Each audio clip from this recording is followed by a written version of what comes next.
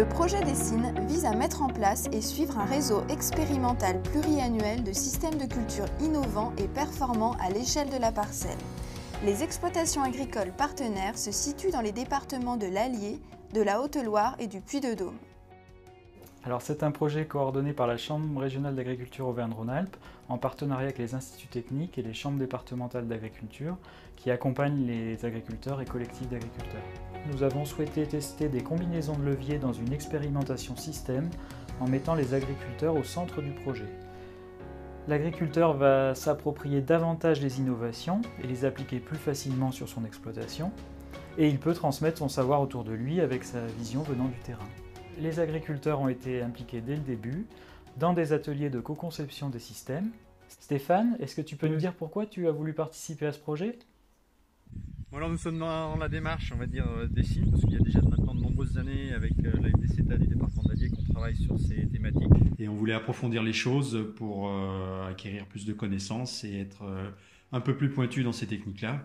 Alors la rotation, nous maintenant, elle est calée effectivement avec 3 ans de luzerne. Elle évolue aussi en fonction, je dirais, et des contraintes économiques et des contraintes climatiques. Et puis on raisonne tout ça en concertation avec nos techniciens.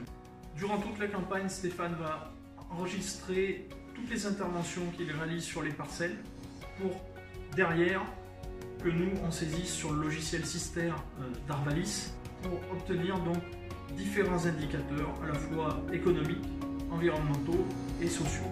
Un autre agriculteur du réseau Dessine se concentre lui particulièrement sur la problématique de la fertilité des sols. Sur les parcelles de Didier, nous suivons particulièrement la fertilité biologique des sols, grâce à des analyses comme l'activité de la matière organique ou encore les nématodes. C'est toujours intéressant de savoir ce qui se passe dans le sol, l'activité des vers de terre et tous les petits micro-organismes qui y travaillent. Ce sont des piliers fondamentaux de l'agriculture de conservation.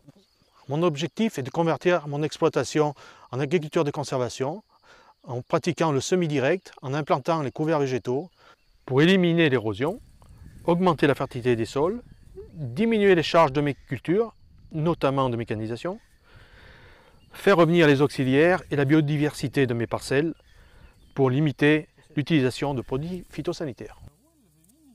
Ces données récoltées vont donc apporter des éléments de réflexion aux agriculteurs sur les systèmes de culture pour l'avenir.